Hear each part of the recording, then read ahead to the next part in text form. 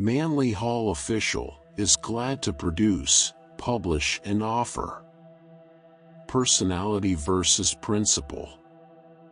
Instead of building our temple upon the rock of principle, most of us trust the weight of our souls upon the fleeting clouds of personality, not seeming to realize that in this world of ever-changing things there is no perfection but just combating, striving organisms that vanish from this mortal veil as soon as they have achieved and therefore are not to be found here. Be it saint or sage, all who dwell here are battling with faults and failings and seeking with the light of the spark within to read the mystic message of experience. There is no reality in matter, yet it is part of the great plan whereby man may achieve ultimate reality.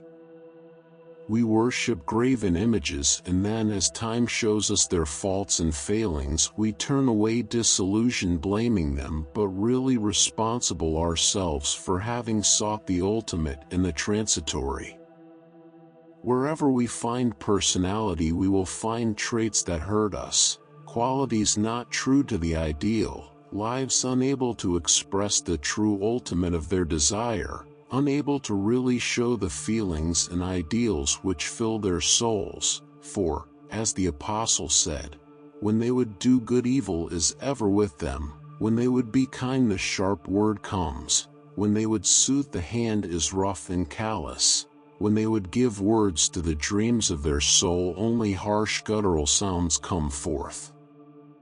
The beauty is within but usually remains unknown. Personalities are to principles what matter is to spirit, and what lips are to the voice they fashion its varying tones, but the source is ever the same. But we cannot learn, apparently, to overlook the personality. We accept lives because of a pleasing personality and reject truth if the bearer be uncouth, judging all things by the arch of a brow, the clasp of a hand, or the tone of a voice. In other words, as did the children of Israel while Moses was upon the mountain, we worship the golden calf and ornament statues of wood and stone.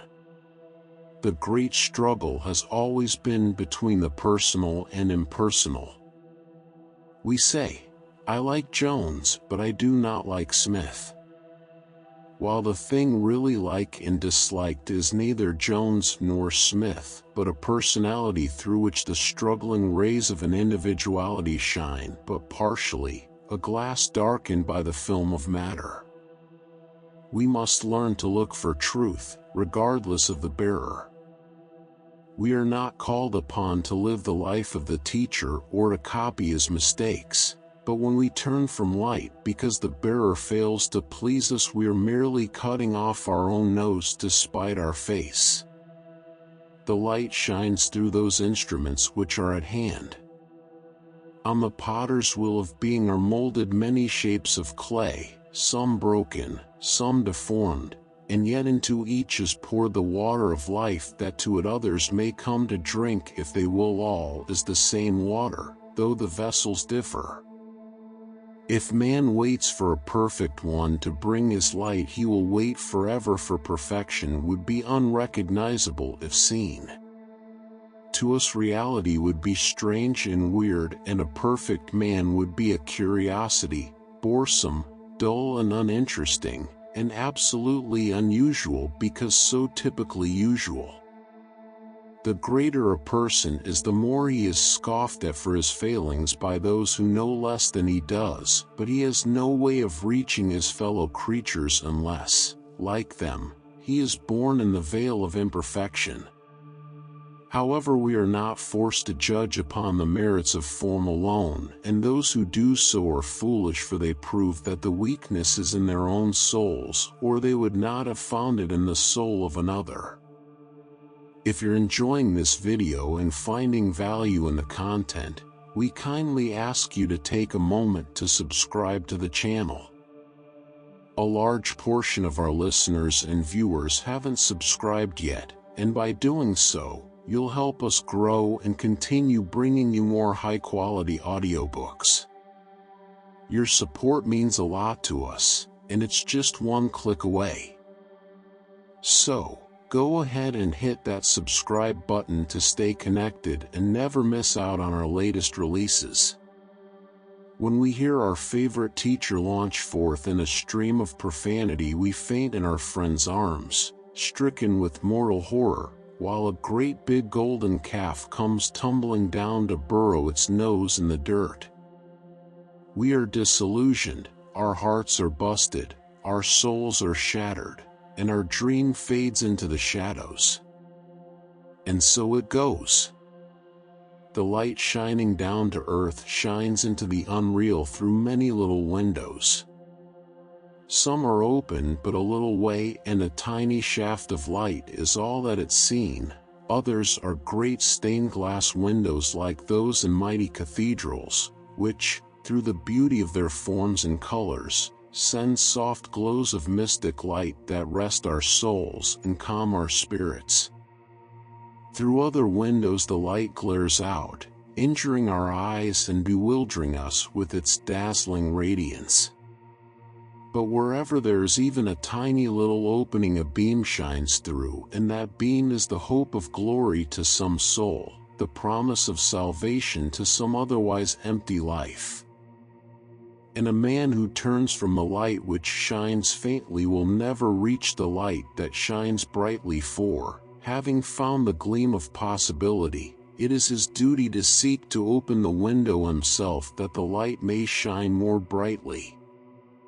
This world is filled with hearts that are cold, with lives that are cold, with cruelty, with hate, with thoughtlessness, with perjury and with crime, yet in almost every heart there is one little spot where the light shines through.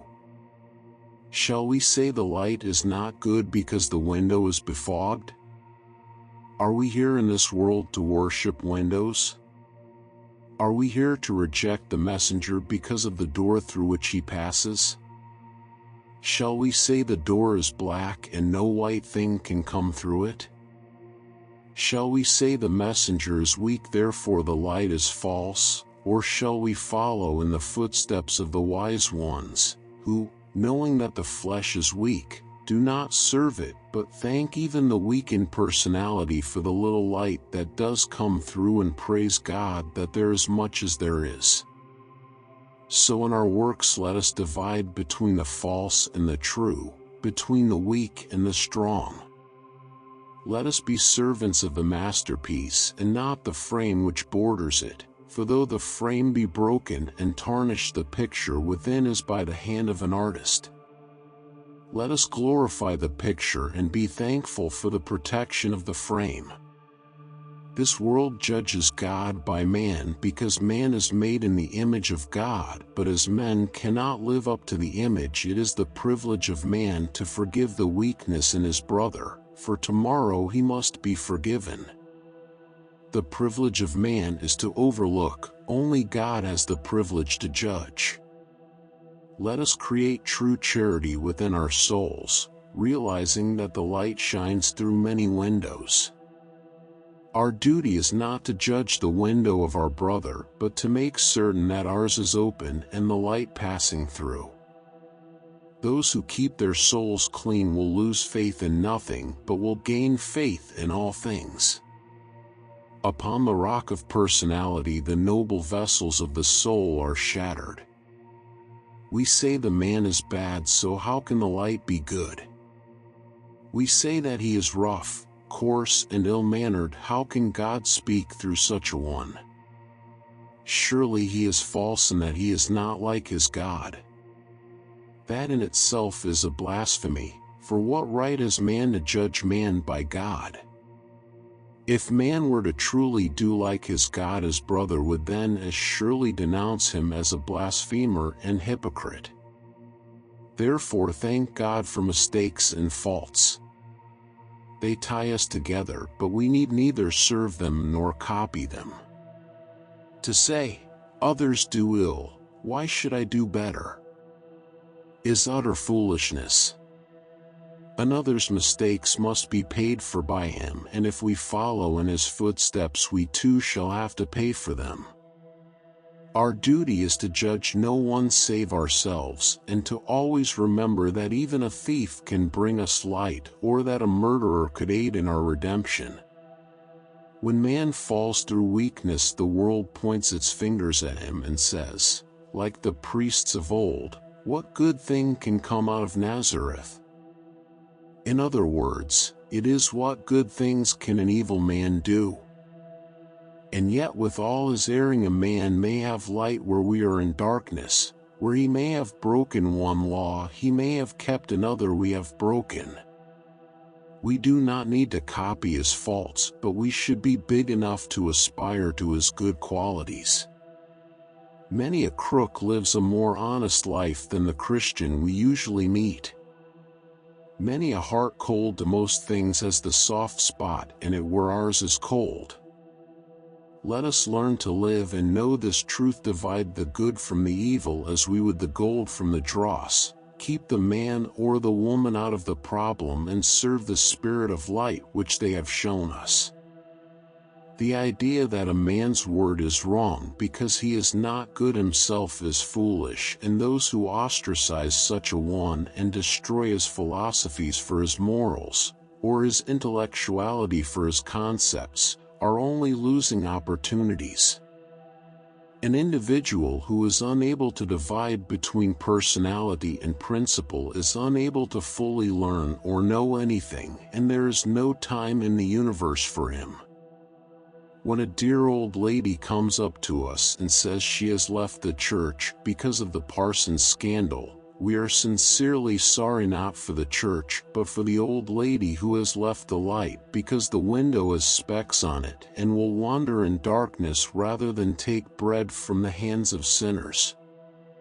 The Master broke bread with the publicans and sinners, taught them, loved them, and worked with them, and from them chose his disciples that they might carry on his laws. If those were his concepts, they should be good enough for his followers. We should never be guilty of mixing our philosophy with our personalities, for when we do, we prove beyond all doubt that we are unworthy of the philosophy. The great test which few stand up under is the test of standing true to the ideal when the idol falls. Those who have reached that point are in the light, the rest are in the shade. Not in the shade because there is no light, but because they refused the light and sacrificed its gleams rather than accepting it in an undesirable personality. The war of all the ages is between personality and principle.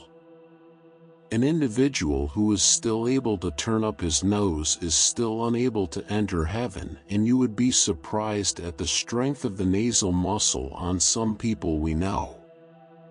The holier-than-thou doctrines of life were shattered by the doctrines of Christ, who, when speaking to a woman taken in adultery, said, "Let him who is without sin cast the first stone," and afterwards, "Neither do I accuse you, go and sin no more." The modern world is basing itself not upon spirituality or honesty, but upon concepts, creeds, and castes. If there is one person you look down upon, one religion you hate, one relative who has played you false and you refuse to forgive, if such a one there be, from them shall come the light, and without them you shall be in darkness. God shatters the idols of man as fast as he raises them, that man may learn to build for principle and not personality, for ideal and not for idol, and shall worship the light and not the bearer who, were he not in sin, could not bring it to you. So thank God for the light he sends, and do not criticize the one who brings it. In this secret lies the foundation of wisdom and the path of the law. A one-act theological tragedy. This story needs no name, for under any title it would reach straight to the heartstrings, and there twang out dolorous tones. In a small town 3 or 4 miles south of a large city, a young minister, fresh from a theological seminary and fired by ambition to redeem the world from its follies and foibles, was preparing for his first sermon.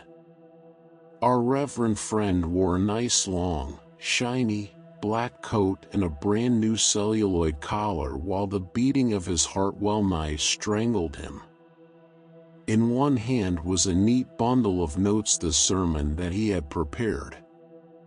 Just as he was passing down the aisle, the choir wailed forth in the first verse of the opening hymn, a beautiful anthem of piety and consecration.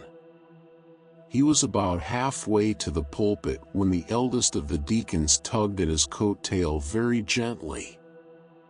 "Brother," he said sotto voce, "I have been deacon of this church for many years and I want to make a little suggestion.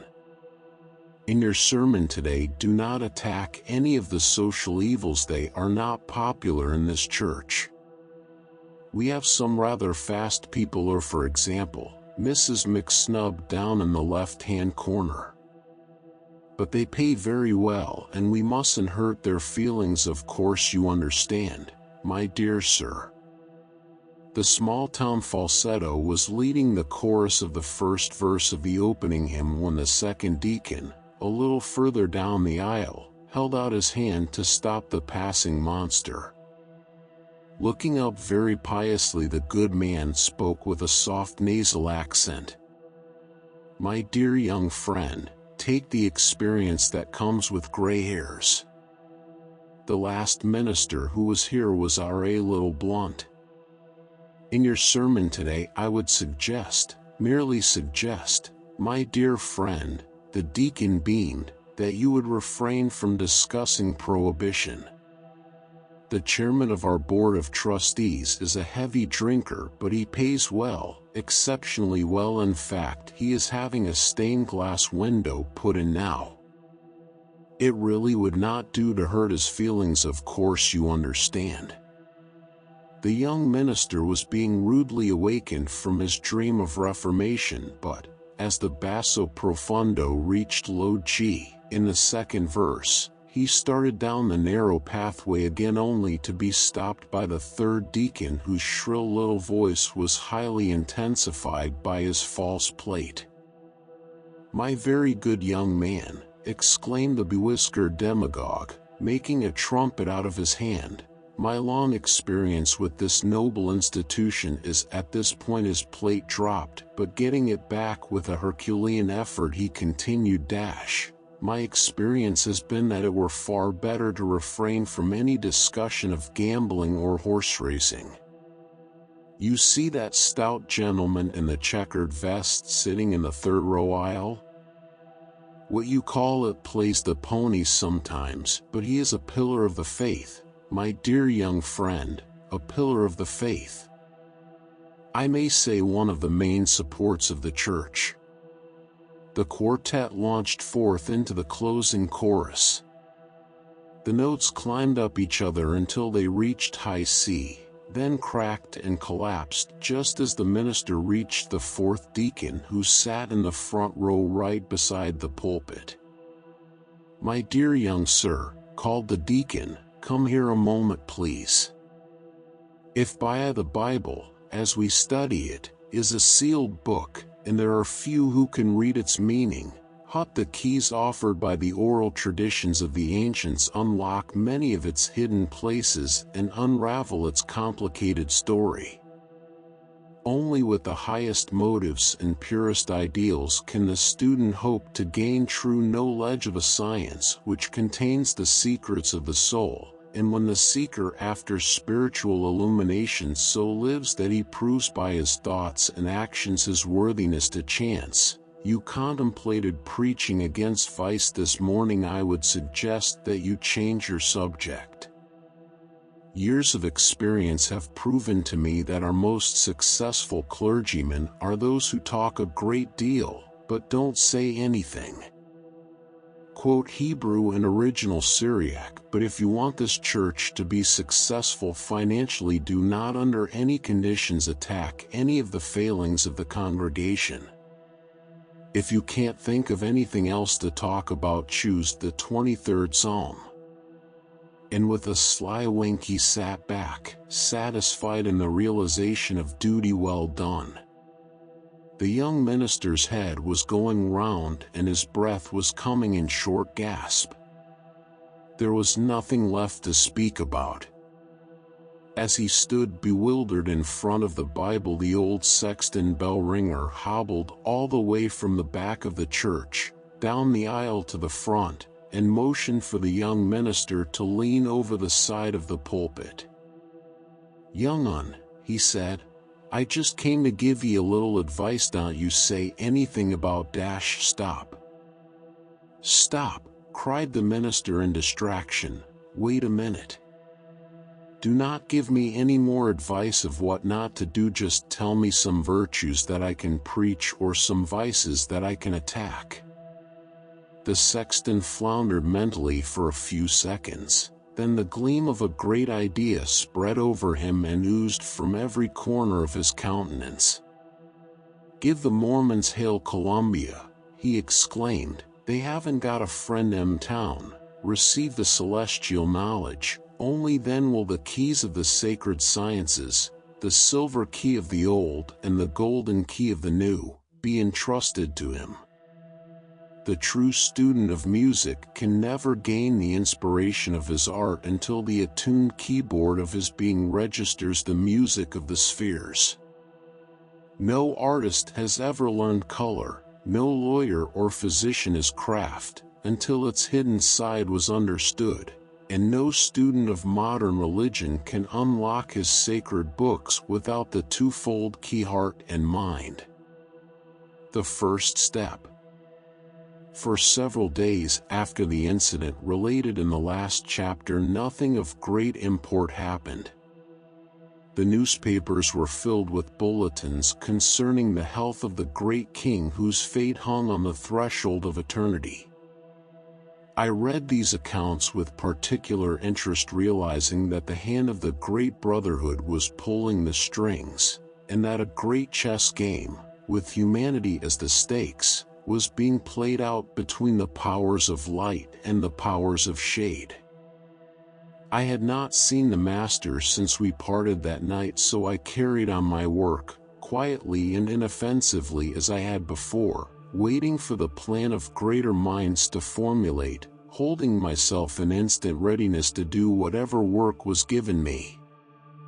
The preparation necessary for my ever wider public work kept me to You studied more and more, outlining the various principles and concepts around which my work was woven. I was sitting in the same old library, where he had come so often to talk to me, when the voice of the master sounded in my ear. He was not there himself. Hut was speaking from a great distance. "The king has just died, and it has been decided that for the present I shall accept his body for his nation as the pivot upon which turns a great world problem that is appointed to me to take charge of. Therefore you will not see me for some time. But there is a special work for you to do. There is now in London a man who has just invented the world's most terrible war contrivance. He has harnessed bacteria as war menaces and is now privately consulting a number of nations concerning this damnable invention, which is capable of destroying whole races at once with the most terrible and loathsome diseases. I will give you directions concerning this man, and it is up to you to in some way prevent this human beast from giving to the world this dreadful secret." The master then told me where to go and how I should gain entrance into the laboratory of the scientist whose fiendish discovery threatened creation.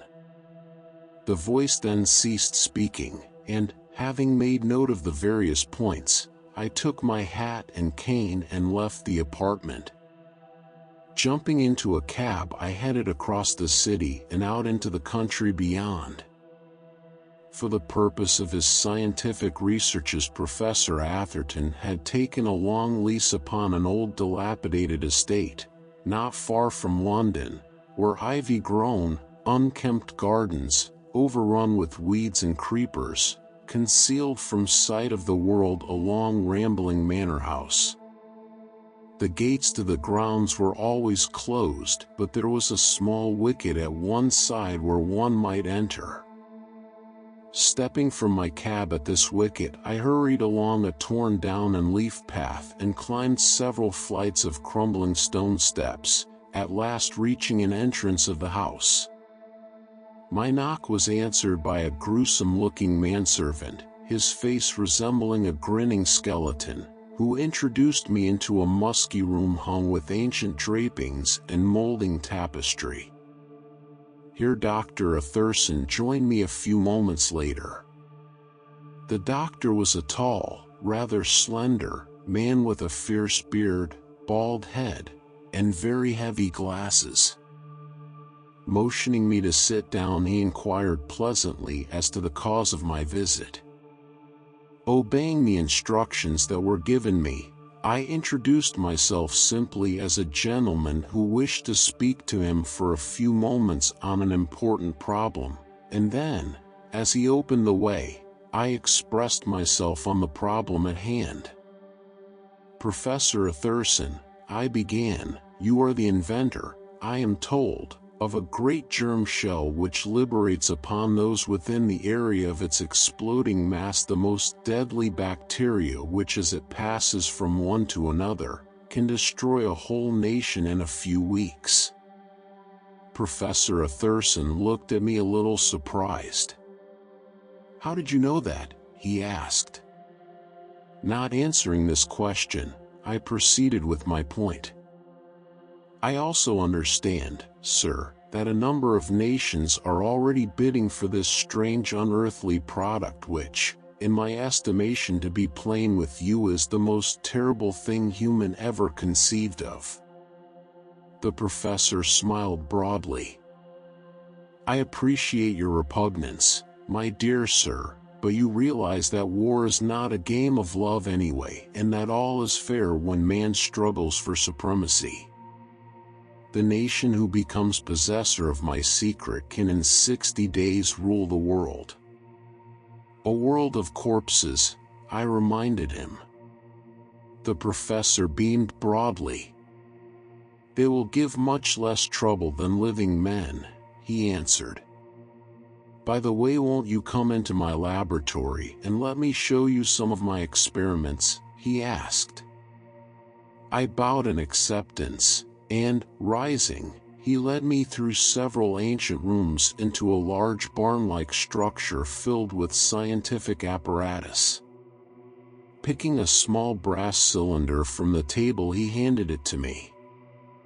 "This, sir, weighs less than 2 pounds, and yet there are sufficient creatures bottled up in this brass tube to kill 100 million men, for they spread and multiply at great speed."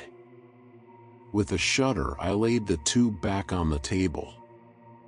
"One of these bombs dropped over a city would make a desert in 30 days, announced the professor gleefully, "and I am the inventor of it." The man raised his head and drew back his shoulders. "Yes, sir, I am the inventor of it. I am the greatest inventor that ever lived." It was slowly dawning on me that I was facing a very peculiar person, a giant intellect, a perfect egotist, perhaps a madman whom the whole world might fear. Returning to the great dingy sitting room, we sat down again, and the professor offered me a cigar. "I have spent 50 years completing that device," he went on. "I have spent from 15 to 18 hours a day culturing those germs and bacteria until they are 1,000 times more formidable than any known to science." I waited until he was through talking, and then I leaned forward quietly in my chair. "Professor Atherson, I have come to you to bring a message from someone whom you do not know, from a power greater than any of the nations who bid for your secret. I bring you the instructions of the Great White Brotherhood. Destroy your formula and give up your murderous investigation, or your life will very probably pay the forfeit." "What do you mean?" exclaimed the scientist. "Are you threatening me, sir?" "No, I answered, not threatening, just warning, and carrying out the instructions of another. For 50 years you have labored to produce something with which to slay and destroy your fellow creature. Tease is not permissible in the law of things, and unless you accede to the demands of the Brotherhood, your secret will be wrested from your grasp.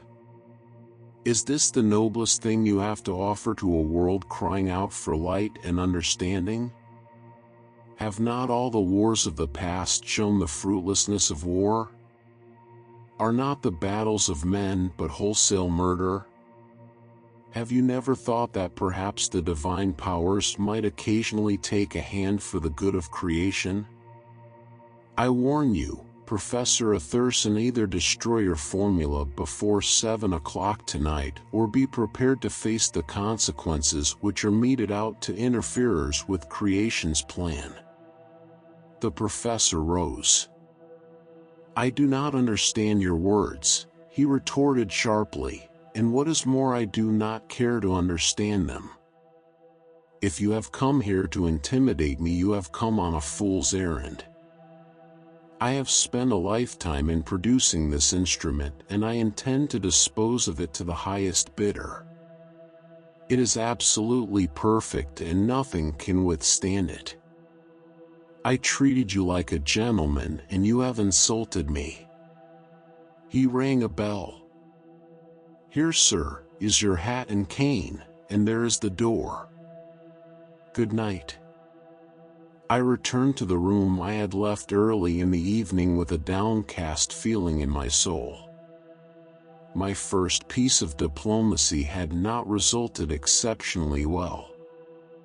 I sat in the room for some time wondering what I had better do when the voice of the master again spoke in my ear. Get those formulas tonight.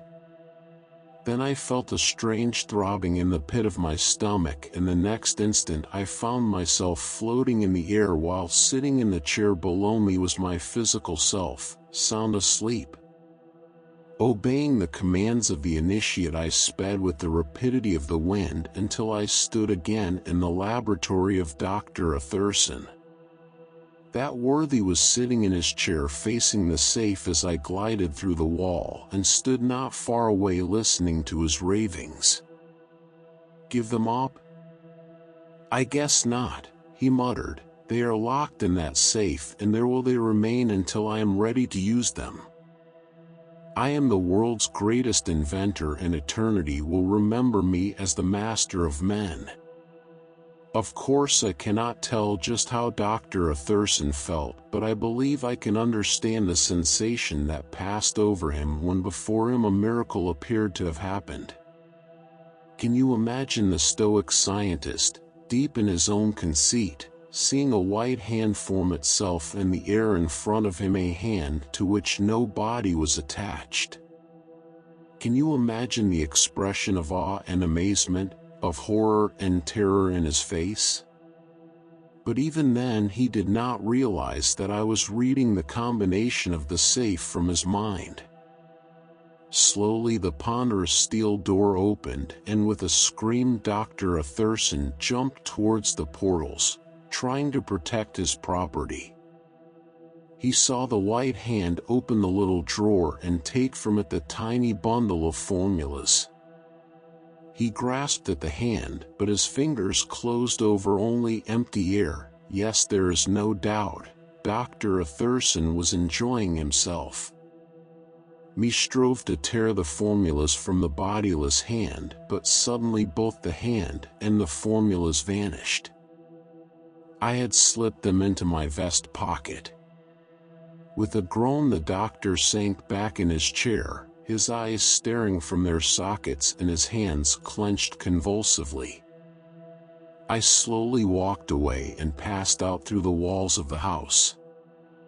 I never saw the professor again, but I understand that he disappeared from London to America, where he lived and died in an insane asylum.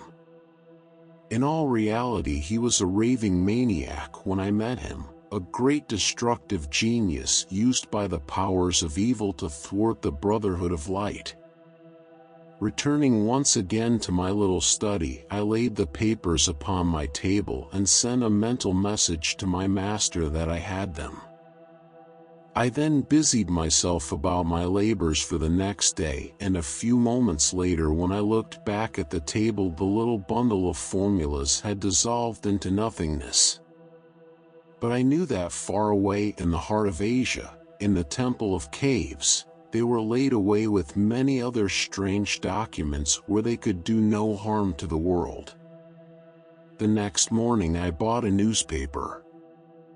The front of it was all splashed over in 3-inch type, announcing that a miracle had been performed and that a mighty king who had been given up for dead had returned to life and was rapidly recovering.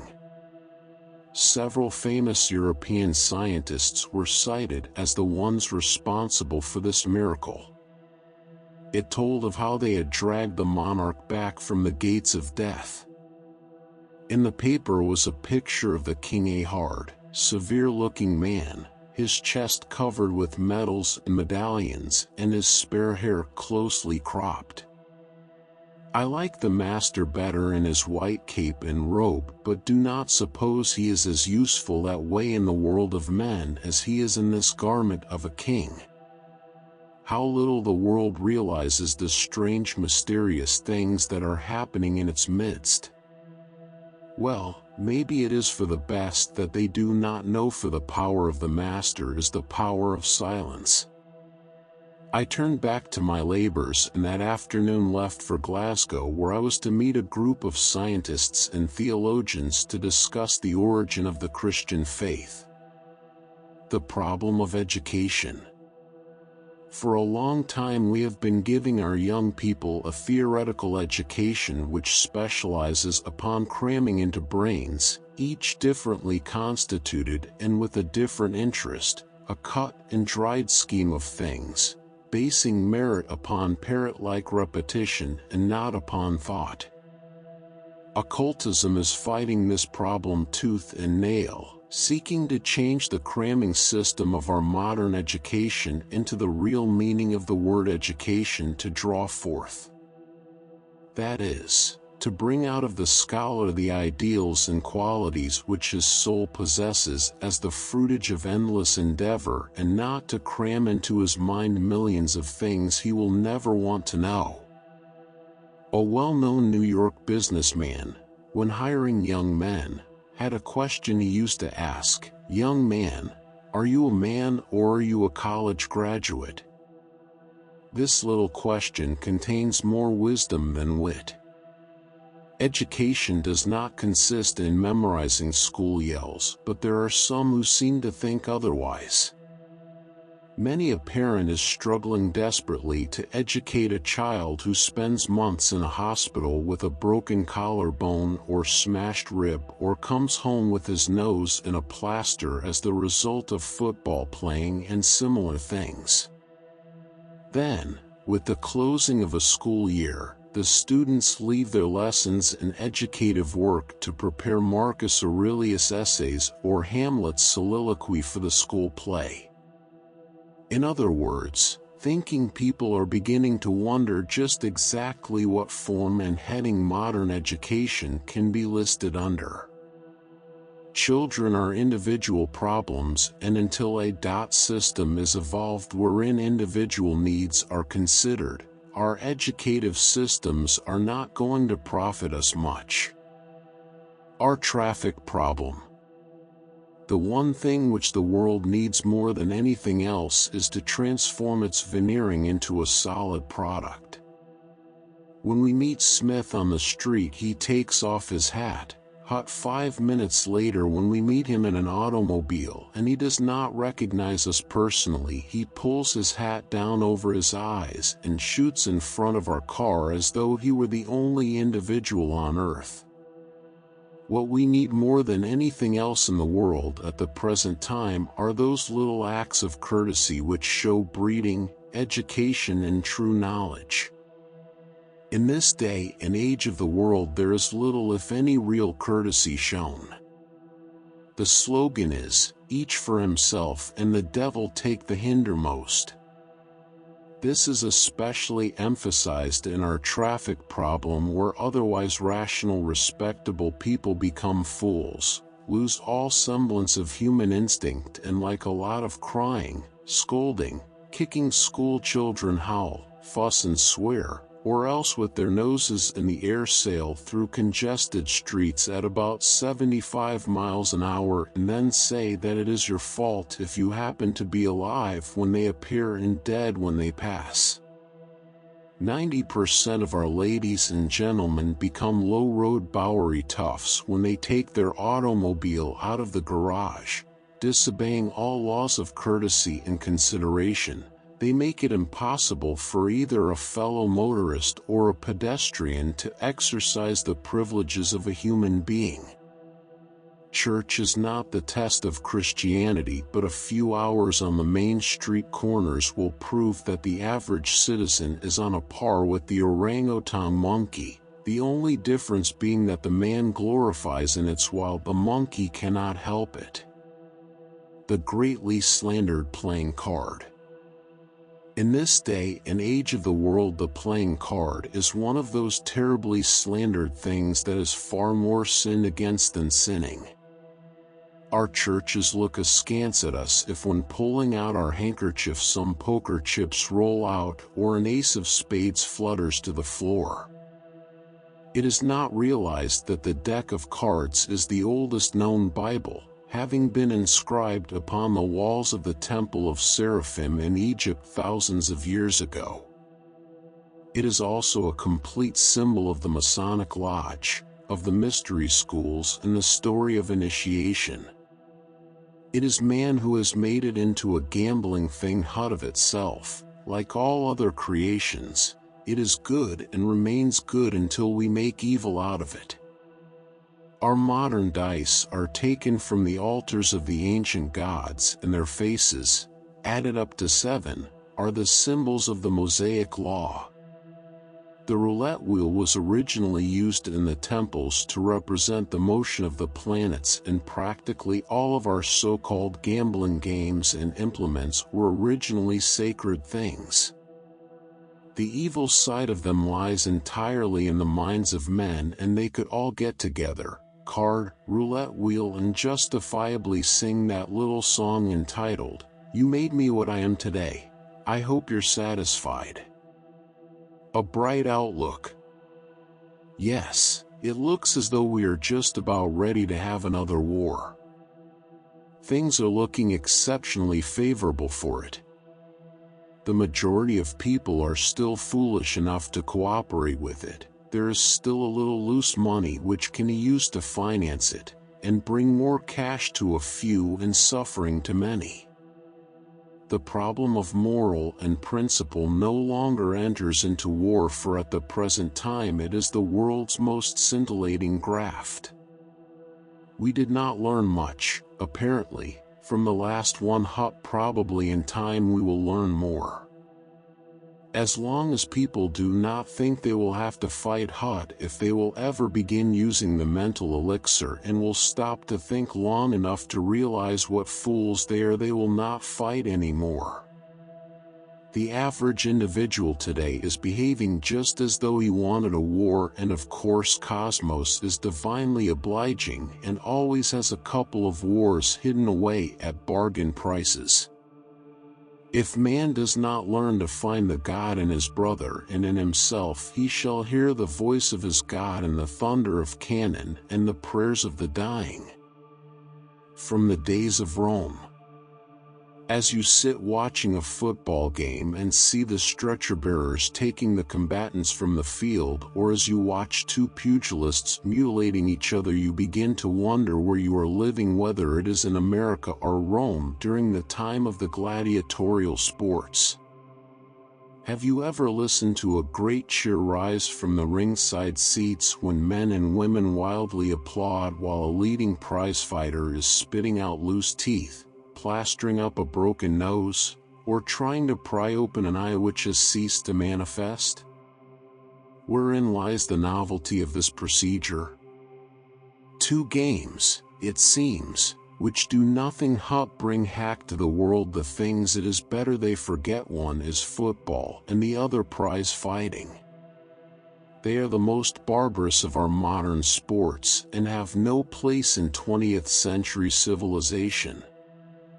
An individual who can enjoy a stream of stretchers does not have to go to a football game. He can go down and spend an enjoyable afternoon at the city morgue. An undreamed of cause. Few people realize that 50% of the ailments which man suffers from have their cause in his mouth, both the words that come out and the substances that go in. The teeth play one of the most important parts of the body, and insanity and death, which have never been traced, have often had their origin in the teeth. An improperly filled tooth has a 50% chance of killing us. This little dreamed of cause of sickness is very important, and an individual who has a healthy mouth has a pretty fair chance of getting along almost anywhere.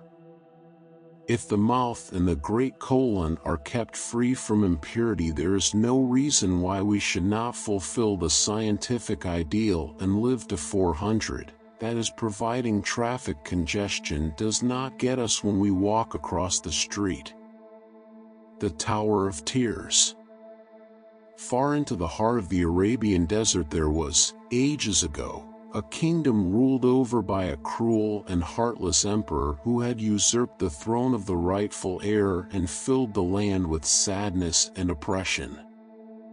On every side of this kingdom the great Arabian desert stretched out into the unknown wilderness which few have ever traversed. In this desert, 5 days by camel from the city of the king, was a lonely tower that had been built ages before by a people now long dead and unknown. This was a sacred tower and had once been an astrological observatory where an ancient priestcraft had studied the motion of the stars. In this tower was a child, imprisoned by the usurper king that he might keep the throne of the nation.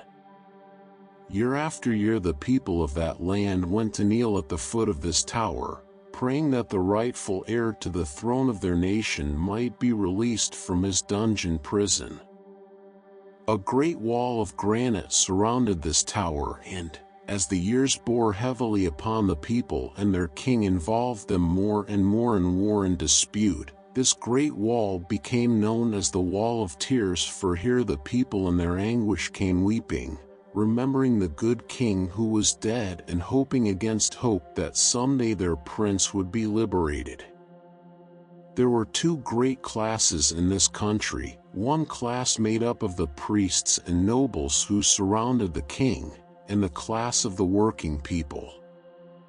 In this land the working people had no rights, for all rulership and power rested in the hands of the nobles. These great nobles all owed their appointment to the usurper king, and as they were the ones who led the armies and ruled in the cities and towns, they prevented the populace from securing the release of the prince whom they all loved. The child had been imprisoned there when less than a year old, and slowly as time went by and the ancient calendars showed the span of 30 years, during which time the country became ever more involved in wars and its people ever more discontented. At last a great plague swept through the nation, and the spirit of death walked in the streets, coming to all alike. The philosophers cried out that it was the vengeance of the gods for the wickedness and oppression of the king. This plague spread into all parts of the city, and one night crept into the palace. When dawn came and the light shone in at the mighty windows, draped with finely tinted animal skins, it shone on the great twisted wooden couch of the king. There the evil monarch lay asleep forever, with the fingers of plague upon his brow and his long gray beard upon his chest. Great rejoicing went through the city, even among the weeping of the populace, who fell broken-hearted as the plague took from them their best beloved. A great caravan of camels was sent quickly out into the desert, for the usurper king had left no heir, and the one so long imprisoned in the ancient tower was to be the king of the land. The bells and gong of the city were sounded, and the ancient gates of brass were swung open as the gaily caparisoned caravan, headed by the mightiest in the city, lead its way over the desert to the Tower of Tears. Great dromedaries, prancing stallions, and dashing Arabians, their riders streaming whirlwinds of color, dashed in and out among the crowds. The priests and their litters, drawn by single hunched dromedaries, and a great cavalcade in armor of brass and with flashing spears, wound in and out among the sand dunes. 4 days they traveled. As the sun rose, a golden mass of splendor on the 5th day, they saw far ahead, rising like a needle of stone from the bare desert, the Tower of Tears, in some chamber of which their rightful prince had been chained for 30 years. Within the ancient building, its bare rocks battered by passing time, were many chambers and vaulted archways where once the priests of the ancient mysteries had chanted their songs. But the strangest of all the chambers was the one at the very top of the tower. It was like a great well, some 20 feet deep and the same distance around, without windows, and no opening save at the top. In this pit a solitary form walked round and round on worn stones that grew more rugged each day with his pacing footsteps. The figure was that of a tall, handsome, broad-shouldered man, his long black hair, uncut since the day of his birth, hung nearly to his waist, and his heavy black beard, untrimmed and uncut, added force and power to the great character of his face.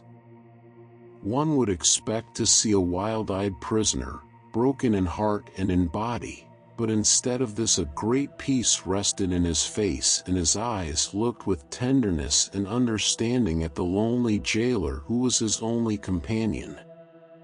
On one side of his prison was a little heap of dirt in which was planted a wild trailing rose which each day shared with him the water the jailer brought.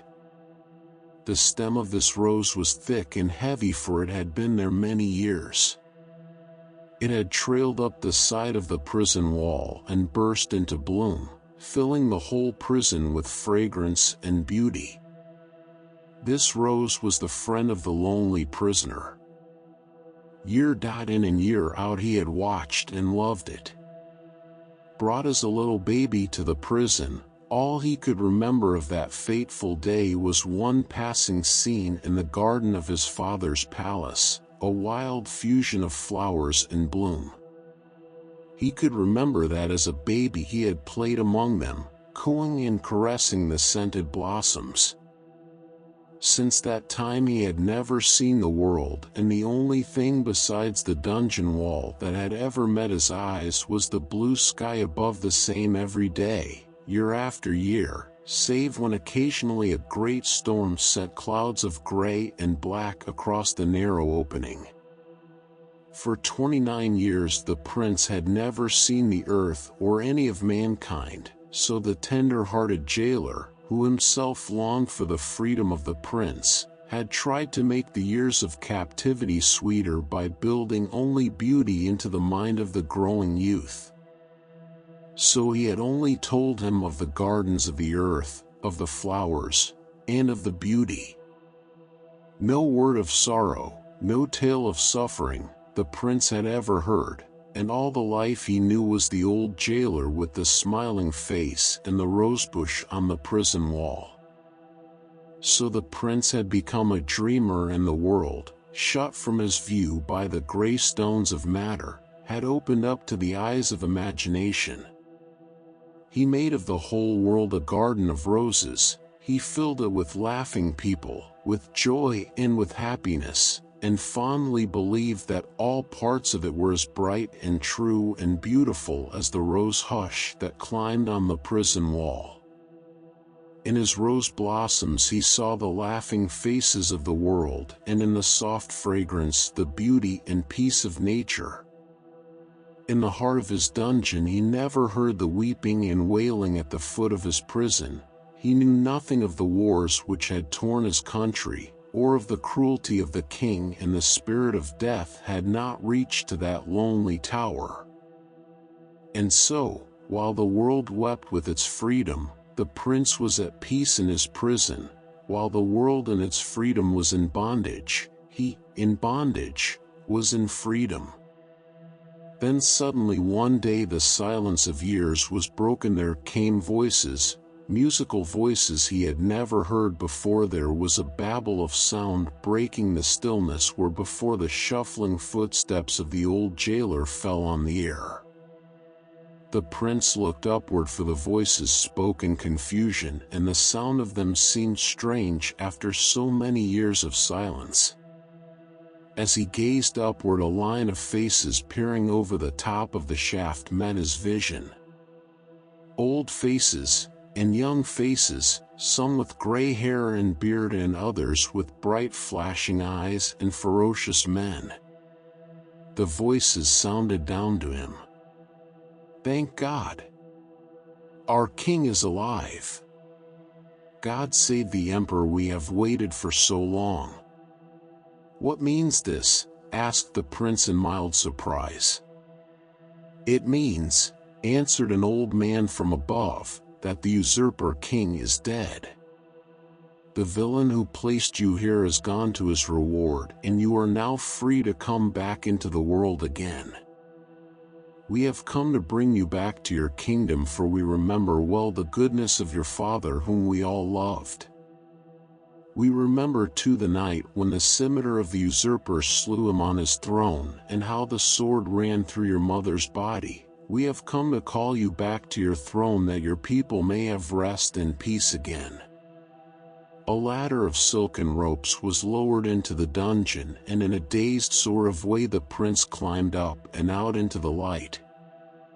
In a simple white robe of cotton cloth the prisoner faced the gloriously arrayed group that had come to welcome him.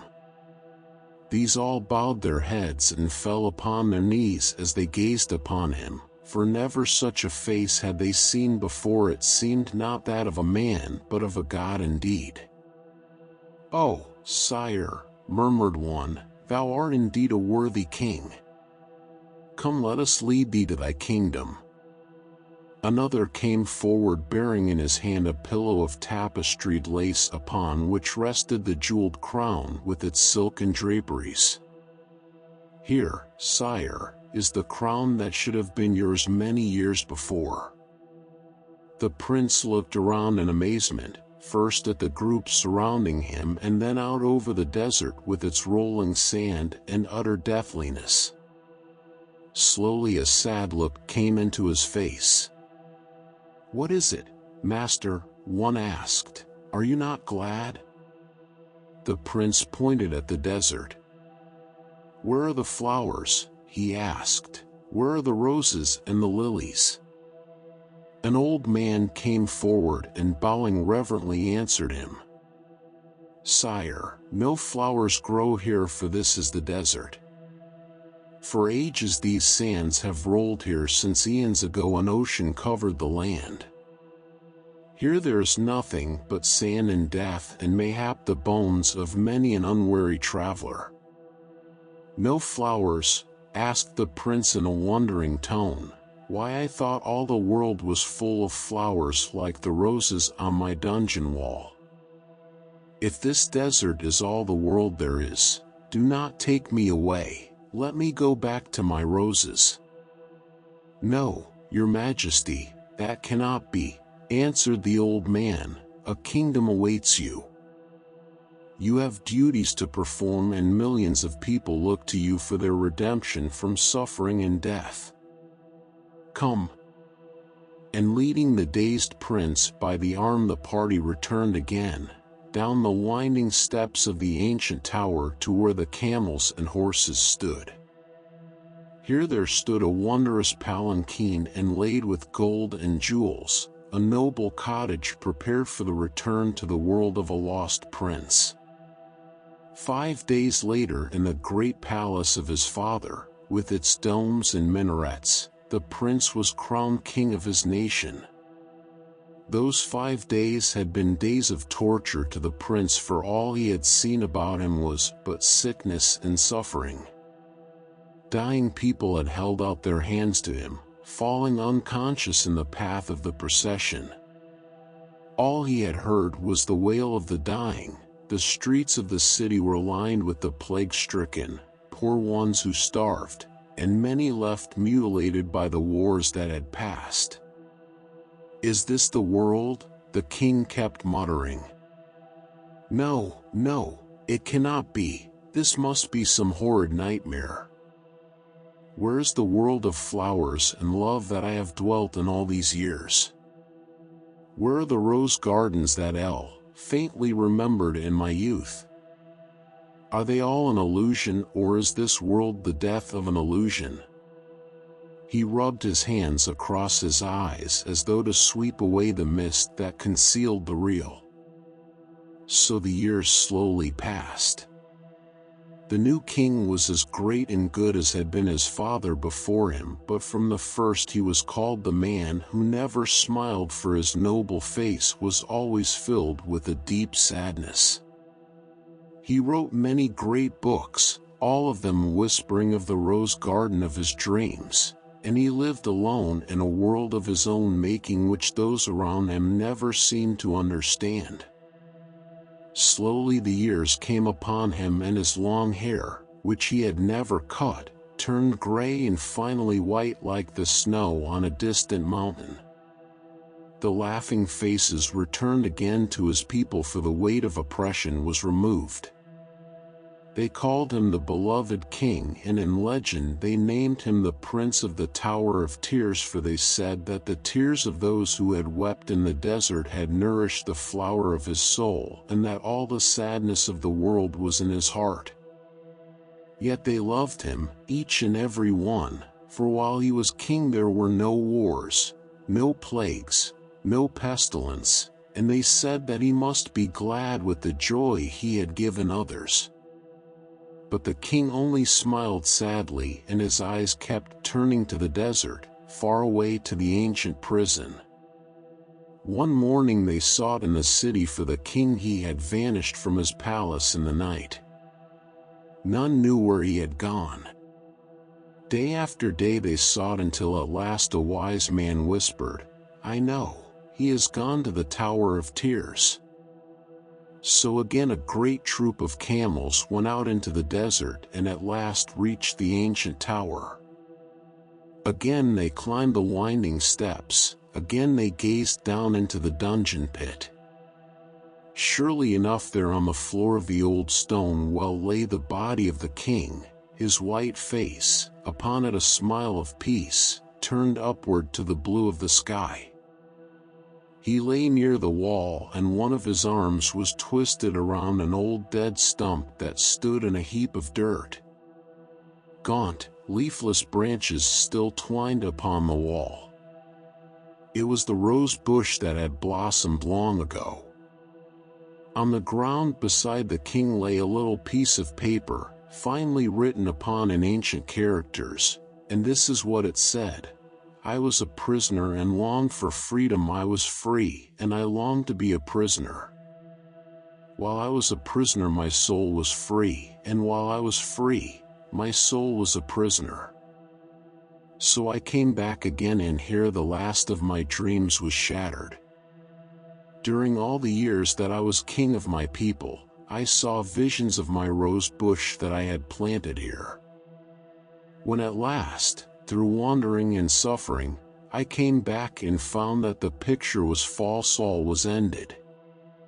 While I could dream, there was something to live for, but when there are no dreams, the world is cold. My vision of the flower garden made me happy for 30 years. My dream of the single rose bush filled an empty void for 50 more. But when man no longer dreams, it were better he should die. As I lie here I see the garden of my hopes, and I rest again. Do not feel sad, a new king will come to you. I go again into the garden of my dreams. Occult anatomy. The human brain. Very great number of analogies exist between the human brain and the Christian Bible and also the other sacred scriptures of the world. The skull, of course, represents the temple on the mountain top, and its dome is the dome of the head. It is up this mountain that the spirit fire climbs on its path of liberation, passing upward through the 33 steps of the Masonic initiation, which are of course the vertebrae of the spine. It enters the domed room of the skull where the great mystery initiations are given. The Himalaya mountains can be correlated to the human body, and the sacred temple that is somewhere upon their heights is again the brain. In the brain, the mountains, there are caves where, according to the legends, the wise men are, the great yogis and hermits. Here again the analogy is perfect, for in the cave of the human brain are the spiritualized sense centers, which are the holy men. These holy men are the 7 sleepers of the Mohammedan Quran, who remain in the darkness of their caves until the spirit fire vitalizes them and brings them into manifestation. The brain, of course, is the upper room referred to in the Gospel where Christ met with his disciples, and it is said the disciples represent the convolutions of the brain. These gather around the central opening, which is the Holy of Holies, the point from which the spirit finally ascends in Golgotha, the place in the skull. The God in man dwells in his heaven, while the Christ dwells in the heart, and Jehovah in the generative system. These are the Trinity in man, and the unfoldment and transmutation of these 3 result in the sounding of A-U-M, the great word. In the cerebellum or rear brain, which has charge of the motive system of the human body, which is the highest brain of the animal, is found a little tree-like growth which has long been symbolized as a sprig of acacia referred to in the Masonic allegory. The skull is the little room with the hole in the floor so often referred to in the ancient mysteries, for the main opening of the skull is for a men magnum through which the spinal cord with its nerves pass. Medical science now knows that the spinal cord is an elongation of the brain and is capable of intelligence like the brain. This cord is the flaming sword which stands at the gates of the Garden of Eden, which is in the human skull.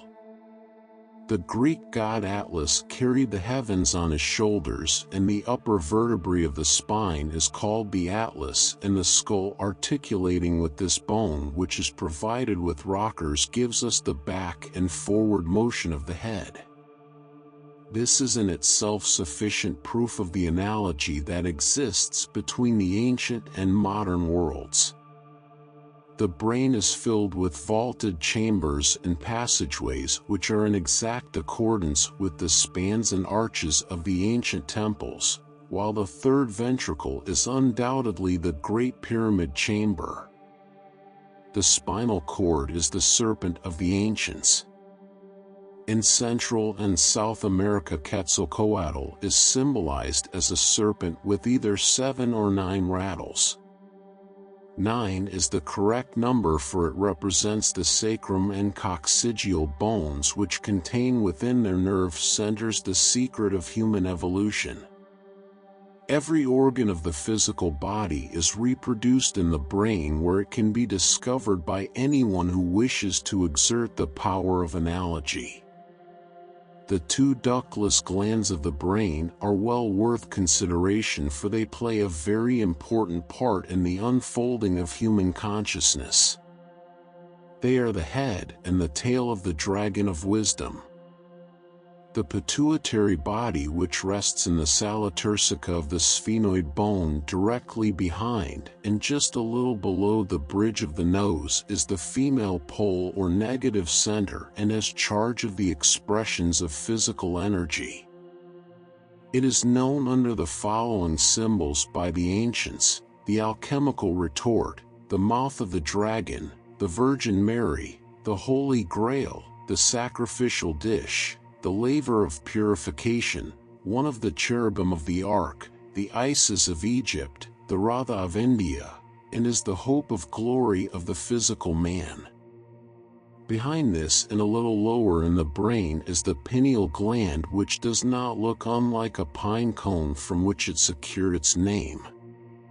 It is the tail of the dragon and has a tiny finger-like protuberance at the end. This is Joseph, the staff of God, the holy spear, the evaporating repertoire of the alchemist, the spiritual organ which is later going to become what it once was, a fruit of the proliferation. The third ventricle is the great place of initiation where the spiritual consciousness of man passes through a great series of purifications and where the essence is extracted from his food and transmuted into thought, action, and desire and returned again like a prodigal son to the house of his father. Between the eyes is located the seat of the human spirit in the frontal sinus, which phrenology knows as the organ of individuality, while the palatine bone at the roof of the mouth is the palatine hill of the ancients upon which were built the temples of Jupiter and Juno, which are the human eyes. The cross represents the human body. The upper limb of it is the head of man rising above the horizontal line of matter. The great churches and cathedrals of the world have been built in the form of a cross and contain, where the head should be, the altar where 2 or more candles burn continually. This is the sanctum sanctorum of the Masonic temple and is the temple of occult initiation to which only the pure in spirit can aspire. The winged bone, which medical science knows as the sphenoid, is the Egyptian scarab, while the spinal cord is the sacred tree of the ancients, which had its roots in heaven and its branches on the earth. Man is an inverted plant and gains his nourishment from the sun as the plant does from the earth. So as the life of the plant ascends its shoot to nourish the body, the life of man descends to produce a similar result. Here it remains in the lower world until the regeneration of the 3 body centers pours 3 streams of spirit fire into the spinal canal, where it passes upward, taking the degrees of initiation as it goes, until finally it enters the sacred temple where the 12 masters sit in meditation and rule the world. The gods of old came down from heaven and walked on earth. In a similar way, the God powers in man descend from the heaven of his brain to carry on the work of constructing and reconstructing natural substance. Man's body will slowly be resolved until nothing remains but the great globular brain, radiating 7 perfect sense perceptions, which are the saviors he is bringing into the world to redeem it. Copyright 2025 by Manly Hall Official. Thank you for listening. Please consider to subscribe, like, and share to help the channel growth. New videos on a daily basis.